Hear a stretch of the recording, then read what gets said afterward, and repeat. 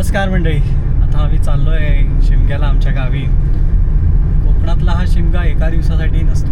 कोकणातला हा शिमगा साधारणतः पंचमी ते सप्तमीपर्यंत चालतो आणि जे देव येतात आपल्या घरी ते साधारणतः या दिवसांपर्यंत प्रत्येक गावात वाडीतून फिरत असतात.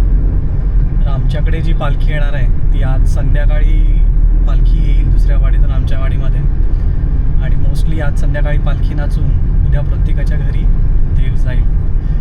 तर आता मी निघालो आहे खारघरवरून. साधारणतः एक 4 ते 5 तास लागतील मला माझ्या गावी पोहोचायला.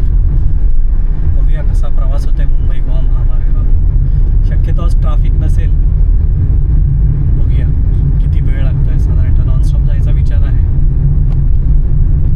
आणि आता आम्ही खारघर एक्झिट करतो.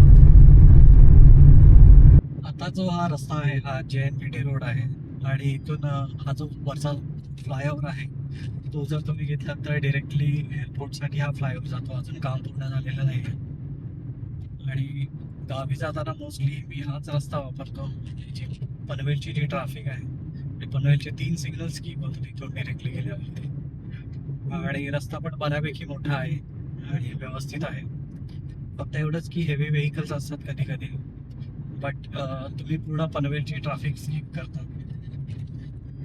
आणि काही वर्षापूर्वी राईट साईडला पूर्ण मोठे 3-4 डोंगर होते, पण एअरपोर्टच्यामुळे ते पूर्ण डोंगर तोडून अगदी सपाट करून टाकलेला आहे. आणि हा राईट साईडला एक्स्ट्रीम इकडे रनवे आहे आणि समोर दिसतोय तो JNPT रोड आहे. वरती पुढे ब्रिज आहे तो टुवर्ड JNPT कडे जातो. 5 ते 6 किलोमीटर वाढतात तुमच्या टोटल जर्नीमध्ये, पण रस्ता खूप छान आहे आणि लवकर तुम्हाला पळसपे फाट्याला रीच करता येतं. आता या JNPT ब्रिजच्या इथून लेफ्ट मारायचं आपल्याला टुवर्ड्स गोव्याकडे जाण्यासाठी. आणि समोर डोंगराला वणवा लागला. अजून उन्हाळा पण चालू झाला नाही, पण हे वणवे आता चालू झालेले आहेत. काय माहीत त्याच्या मागचं कारण काय, निसर्गनिर्मित वणवा आहे की माणसाने लावलेली आग आहे, देव जाणे. हा लेफ्ट घेतला आपण की टुवर्ड्स हा हायवे जो JNPT रोड आहे जो मुंबई एक्सप्रेसवेला पण कनेक्ट होतो. त्याचबरोबर पुढे राईट मारून तुम्ही गोव्याकडे, मुंबई गोवा जो आपला NH66 आहे त्याला सुद्धा हा राईट घेऊन राईट एक्झिट करून तुम्ही कनेक्ट होऊ शकता. रस्त्याचं काम चालू आहे इथे पण. आता हा एक्झिट आहे आपला पळसप्याच्या इथला. मोस्टली सगळेजण इथूनच राईट मारतात, पण आता टाटावाला बघा इथूनच राईट मारतो, टाटा योद्धावाला. पण कधी कधी शॉर्टकट्स घेण्यापेक्षा जो प्रॉपर रूल आहे ते फॉलो केलेलं बेटर. आणि हा समोरचा रस्ता आहे तो गेला आहे आपला old Mumbai Pune highway, sorry. आणि पुढे ब्रिजच्या इथून आपल्याला राईट घ्यायचं आहे. मुंबईकडे जो पहिला टोल नाका आहे मुंबई गोवा महामार्गावरचा, तो कदाचित हा इथे असल्याचं वाटतं. म्हणजे एकंदरीत टोलचं काम झालेलं आहे. खारदांड्याचा टोल हा मुंबई एक्झिट केल्यानंतर पहिला टोल लागण्याची शक्यता नाही. पूर्वी हा टोल ह्या ब्रिजसाठी केला होता, पण कालांतराने तो बंद झाला आणि आता परत त्याचं रिनोव्हेशन झालेलं आहे. म्हणजे पहिला टोल पावती तुम्हाला इथे फाडावी लागेल गावी जाताना. काम पण झालेलं आहे बऱ्यापैकी. मेन ST स्टँडवरून जर तुम्हाला टुवर्ड्स गावच्या दिशेने जायचं असेल तर ST वाल्यांचा जो एक्झिट आहे तो चालू नाही आहे वाटतं. त्यामुळे त्यांना इथून ह्या ब्रिजनी राईट साईडनी येऊन या जंक्शनला ST येते असं त्यांना इथे क्रॉस करावं लागतं. कधी कधी याच्यामुळे पीक आवरला इथे ट्रॅफिक होते. म्हणजे ती आता ST समोरून गेली बघा, पण हा जंक्शनमधूनच जावं लागतं कारण की जो पाठीमागचा सर्व्हिस रोड आहे त्याचं अजून काम पूर्ण झालेलं नाही आहे. जसं म्हटलं मी, कोकणातली होळी ही साधारणतः 5 ते 7 दिवस असते आणि काय ठिकाणी ती तर साधारणतः एक 20-25 दिवससुद्धा चालते. जेवढं मोठं गाव तेवढे दिवस ज्या पालखीला म्हणजे घरं घ्यायला वेळ लागतात तेवढे दिवस ती होळी चालते. आमचं गाव हे शिवतर आणि प्रामुख्याने इथले जे खोत आहेत ते मोरे हे या गावचे वतनदार आहेत. आणि आम्ही इथे आलेलो पाहुणे आणि त्यांना आम्ही सोयरे असं म्हटलं जातं. म्हणजे अडीअडचणीला जेव्हा सुतक सोयर येतं त्यावेळेस सोयऱ्यांच्या मदतीने देवाची पूजा केली जाते, असं ही प्राचीन काळापासून चालत आलेलं आहे.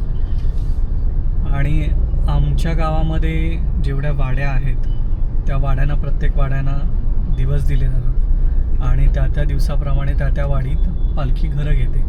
जसं की आता आमच्याकडे पालखी चतुर्थीला येते, म्हणजे धुलीवंदन झालं म्हणजे होम लागल्यानंतर साणा भरतात. साणा भरल्यावरती पालखी घरं घ्यायला सुरुवात होते म्हणजे पालखींची, आणि नेमून दिलेल्या वाड्यांप्रमाणे घरं घेतली जातात.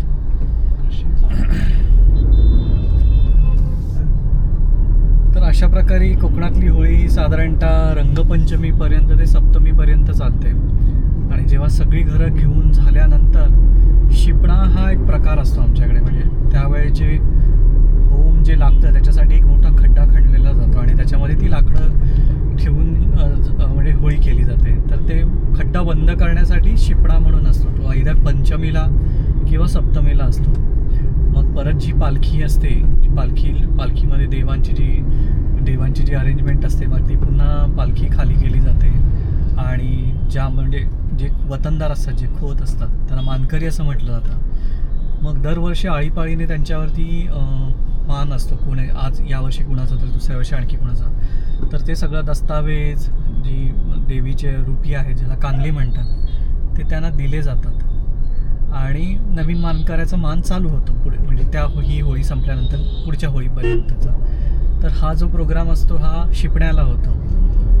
आणि शिपण्याला महाप्रसादसुद्धा असतो. म्हणजे देवीचे जे राखणदार असतात त्यांच्यासाठी पूर्वी बळी द्यायचा, बकऱ्याचा किंवा असं बळी देण्याची प्रथा आहे. आणि आता ती प्रथा अजूनही चालू आहे. ट्रॅफिकमध्ये अडकलो आहे. आणि ते सगळं झाल्यानंतर, शिपणा झाल्यानंतर मग जो तो आपापल्या गावाला किंवा आपापल्या ठिकाणी निघतो. तर अशा प्रकारे कोकणात होळी साजरी केली जाते. म्हणून तुम्हाला आजी रोडवरती ट्रॅफिक दिसते. म्हणजे होळी झालेली आहे पण काही गावांमध्ये पालख्या अजूनही फिरत आहेत, मानाप्रमाणे त्यांच्या ठिकाणी जात आहेत. पालखी आल्यानंतर पालखी नाचवण्याचा प्रोग्राम असतो. त्याच्यानंतर घरं घेतली जातात, देवीची ओटी भरली जाते खडा नारळाने. आणि अशा आनंदात उत्साहात अगदी पारंपरिक पद्धतीने कोकणामध्ये होळी साजरी केली जाते. आता ही तुम्ही बघताय, मी माणगावमध्ये आलो आहे. म्हणजे मुंबईला जाण्यासाठी सुद्धा ट्रॅफिक आहेच. आणि इथे प्रॉब्लेम काय, एका लेनच्या 2 लेन होतात आणि पुढे जाऊन बॉटलनेक होतं. त्यामुळे दोन्ही साईडच्या लेनना प्रॉब्लेम होतो आणि ट्रॅफिक जाम होऊन जाते. तर रविवारी मला रिटर्न निघायचं आहे. आधीच मेंटली प्रिपेअर होऊन निघावं लागेल. आज आमच्याकडे संध्याकाळी 8पर्यंत पालखी येणार आहे आणि माझं रिचिंग टायमिंग पण 8पर्यंत आहे. आज पालखी येऊन शक्य झाल्यास घरं घेतील, कारण की उद्या संध्याकाळी दुसऱ्या वाडीला आम्हाला पालखी द्यायची आहे आणि ती सुद्धा वेळेत द्यावी लागते. तर बघूया किती वाजता आहेत घरी पोचायला. तोपर्यंत काही ट्रॅफिक तर अशीच राहणार आहे. आणि माणगावच्या पुढे रस्ता चांगला आहे अगदी. म्हणजे अगदी तुम्ही म्हणाल तर चिपळूण संगमेश्वरपर्यंत रस्ता चांगला आहे. संगमेश्वर ते रत्नागिरी पॅच खूप खराब आहे. तर बघूया काय विशेष घडलं तर तुम्हाला अपडेट्स करेन, नाहीतर भेटूया उद्याच डायरेक्टली. तर मंडळी, जरा आवाज बसला आहे होळीमध्ये. तर साधारणतः आम्हाला संध्याकाळी घरी पोचेपर्यंत 8:30 वाजले आणि वाटेतच आम्हाला ही पालखी मिळालेली आहे. गावदेवीच्या पालखीची मिरवणूक चालू आहे दुसऱ्या एका गावातून. तर आजचा व्हिडिओ तुम्हाला कसा वाटला हे नक्की कमेंट्समध्ये कळवा. पुन्हा भेटूया नवीन एका ठिकाणी. तोपर्यंत धन्यवाद.